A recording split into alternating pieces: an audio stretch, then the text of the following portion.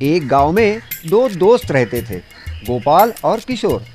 दोनों की अपनी अपनी गाय थी और वो गाय का दूध बेचकर अपनी गृहस्थी चलाते थे। गोपाल बहुत ही नेक और ईमानदार इंसान था। वो अपना काम पूरी मेहनत और लगन से करता था। उसकी गाय का नाम कपिला था। वो कपिला की अच्छे से देखभाल करता, उससे बहुत प्यार भी करता था। गोपाल का दोस्त किशोर लालची और धूर्त था। वो अपनी गाय का ठीक से ख्याल नहीं रखता था। ज्यादा पैसे की लालच में किशोर अक्सर दूध में मिलावट करता और अपने ग्राहकों को ठगता था। धोखाधड़ी उसके दाएं हाथ का खेल था। एक दिन गोपाल की पत्नी अचानक बीमार हुई। गोपाल पत्नी को लेकर गांव के वैद्य जी के पास गया। जांच करने के बाद वैद्य जी ने गोपाल से कहा, मामला गंभीर हो सकता है, शहर से दवाइयाँ मंगानी होंगी, काफी पैसे लगेंगे। तुम पैसों का इंतजाम कर सकते हो ना? हाँ, इलाज तो करना ही है। आप दवाइयाँ मंगवाइए, मैं पैसों का कुछ ना कुछ इंतजाम करता हूँ। इतने सारे पैसे मैं कहाँ से लाऊंगा? पत्नी का इलाज तो कराना आवश्यक है। अब क्या करें? इतने में उसकी नजर कपिला पर पड़ी। इतने पैसे लाने का केवल एक ही रास्ता बचा है, मेरी प्यारी गाय कपिला। उसे मैं शहर में जाकर बेच देता हूँ। जो पैसे मिलेंगे उसी से दवाइयाँ मंगवा लूंगा। घर आकर गोपाल ने ये बात अपनी पत्नी को बताई तो पत्नी ने कहा, ये क्या कर रहे हैं आप? कपिला को बेचेंगे? कितने सालों से वो हमारे साथ है। कपिला ही तो हमारी रोजी रोटी है। अगर उसे ही बेच देंगे तो खाएंगे क्या? सच कह रही हो तुम, पर अभी दूसरा कोई उपाय भी नहीं है। हमें ऐसा ही करना होगा।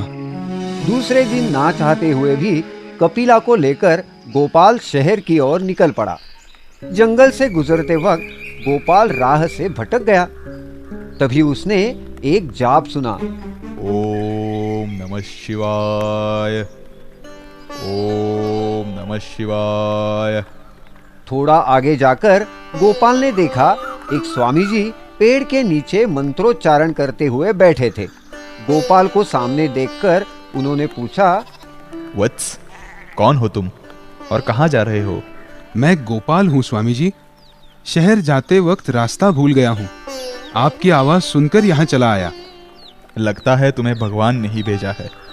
मैं यहाँ बहुत समय से तपस्या कर रहा हूँ और मुझे बहुत भूख लगी है। क्या तुम मेरे लिए भोजन की व्यवस्था कर सकते हो? स्वामी जी क्या बताऊँ आपको, मैं खुद ही बहुत उलझन में हूँ। मैं आपकी कैसी मदद करूँ? हाँ, मेरे पास ये गाय है, मैं उसका दूध आपको पीने के लिए दे सकता हूँ। गोपाल ने तुरंत ही गाय का दूध निकाला और स्वामी जी को पीने के लिए दिया। स्वामी जी ने दूध प्राशन किया। गोपाल पर प्रसन्न होके उन्होंने कहा, एक भूखे की भूख मिटाकर तुमने आज बहुत पुण्य का काम किया है। मैं प्रसन्न हुआ हूँ। इसके बदले तुम्हें कुछ भेंट देना चाहता हूँ। क्या तुम्हारी कोई इच्छा है? मैं वो जरूर पूर्ण करूँगा।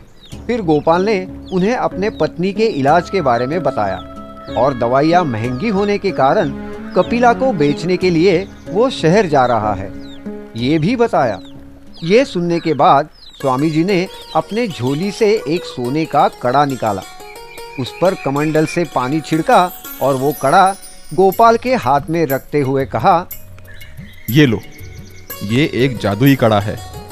जब भी तुम्हें पैसों की जरूरत हो तब ये कड़ा हाथ में पहनकर गायत्री मंत्र का जाप करो और पैसे मांगो। तुम्हारी जरूरत पूरी हो जाएगी। क्या आप सच कह रहे हो स्वामी जी? अगर ऐसा हुआ तो मेरी सारी परेशानियां खत्म हो जाएगी। आपका बहुत बहुत धन्यवाद। लेकिन एक बात का ध्यान रहे, ये कड़ा केवल अच्छे कामों के लिए ही इस्तेमाल करना। गलती से भी इसे किसी बुरे काम के लिए इस्तेमाल नहीं करना, नहीं तो ये कड़ा पहनने वाला हमेशा के लिए अपाहिज हो जाएगा। मैं जरूर याद रखूंगा। स्वामी जी का आशीर्वाद लेकर गोपाल खुशी खुशी अपने घर वापस निकला। दवाइयों के लिए उसे अब कपिला को बेचने की कोई जरूरत नहीं थी। घर पहुंचते ही गोपाल ने सारी बात पत्नी को बताई। गोपाल ने जादुई कड़ा पहनकर गायत्री मंत्र का जाप किया। ओम भूर्भुवः स्वः तस्य वितुर्वरेण्यम् मंत्र का जाप खत्म होते ही गोपाल के सामने पैसे प्रकट हो गए। अरे वाह, सच में पैसे तो मेरे सामने हैं। अब ये पैसे वैद्य जी को देकर तुम्हारे इलाज की सब दवाइयाँ मंगाता हूँ। तुम जल्द ही ठीक हो जाओगी। चलो, अच्छा हुआ मेरी कपिला बच गई। उसके बगैर मुझे चैन कहाँ आता। गोपाल ने वो पैसे वैद्य जी को दिए। उन्होंने शहर से तुरंत ही दवाइयाँ मंगवाई। दवाइयों को लेने के बाद गोपाल की पत्नी तंदुरुस्त हो गई। जब जब भी गोपाल को पैसे की जरूरत होती, वो जादुई कड़े से मांग लेता। उन पैसों से गोपाल ने और गायें खरीदी, परिवार के लिए नया घर बनवाया। गोपाल ने हमेशा जादुई कड़े का उपयोग भले कामों के लिए ही किया। देखते ही देखते गोपाल की लोकप्रियता बढ़ने लगी। उधर किशोर गोपाल की तरक्की से जलता था। वो समझ ही नहीं पा रहा था कि गोपाल इतना अमीर कैसे हो रहा है। गोपाल के पास इतने पैसे कैसे आ गए? क्या राज है? पता करना पड़ेगा। दूसरे ही दिन किशोर गोपाल के घर गया। अरे आओ आओ किशोर, आज यहाँ कैसे? घर बहुत अच्छा बना लिया है गोपाल तुमने। आजकल तो ठाठ है तुम्हारे। क्या बात है? कोई खजाना मिल गया है क्या? बातों बातों में गोपाल ने जादुई कड़े की सारी बात किशोर को बता दी। क्या कह रहे हो गोपाल? तुम्हारे पास जादुई कड़ा है? तुम्हारे तो नसीब ही खुल गए। जादुई कड़े के बारे में सुनकर किशोर की नींद उड़ गई। सुबह शाम वो बस उस कड़े के बारे में ही सोचता। काश जादुई कड़ा मेरे पास होता। गोपाल को अब उस कड़े की क्या जरूरत है? बहुत पैसे कमा लिए उसने। अब मेरी बारी है पैसे कमाने की। उस रात जब गोपाल गहरी नींद में था, तब किशोर ने उसके हाथ से सोने का कड़ा चुपके से निकाल लिया। घर जाकर उसने जादुई कड़ा हाथ में पहना और मंत्र पढ़ते हुए पैसे मांगे। ओम भूर्भुवः स्वः तत्स्य वितुर्वरेण्यं भर्गो देवस्य धीमहि धियो यो न प्रचोदयात्। पैसे अपने सामने पाकर किशोर खुशी से पागल हो गया। मैं अमीर हो गया। अब किशोर रोज कड़े से पैसे मांगता। कुछ ही दिनों में उसने अपने लिए बहुत सारी नई चीजें खरीदी, जैसे कि घर, कपड़े, गाड़ी। अब किशोर शान से रहने लगा। मिले हुए पैसे का सही इस्तेमाल करने की बजाय वो फिजूल खर्ची में करने लगा, पैसे उड़ाने लगा। इधर जादुई कड़ा चोरी होने की वजह से गोपाल थोड़ा परेशान जरूर हुआ, लेकिन उसने खुद को समझाया। शायद मेरे नसीब में इतना ही लिखा था। कोई बात नहीं, कड़ा नहीं हुआ तो क्या हुआ? मेरे पास मेरी गायें हैं, घर है, मैं और मेहनत करूंगा। किशोर अब लोगों को ब्याज से पैसे देने लगा, बदले में दुगने पैसे वसूलने लगा। एक बार तो हद ही हो गई। एक बूढ़े अनपढ़ आदमी ने किशोर से कुछ पैसे उधार लिए थे। मैंने तुम्हारे पैसे लौटा दिए थे बेटा, मुझसे मेरी जमीन ना छीनो। मैं कुछ नहीं जानता। ये देखो, कागज पर तुम्हारा अंगूठा है कि नहीं? है ना? तो आज से ये जमीन मेरी। चलो जाओ यहाँ से। किशोर ने धोखे से उसकी जमीन हड़प ली। ये तो निहायत बुरा काम था। जादुई कड़ा अपना काम करने से चूका नहीं। अचानक किशोर की तबीयत खराब होने लगी। उसका एक हाथ और एक पैर अपाहिज हो गया। अरे अरे, ये क्या हुआ? मेरे हाथ और पैर को क्या हुआ? मुझे बचाओ, बचाओ।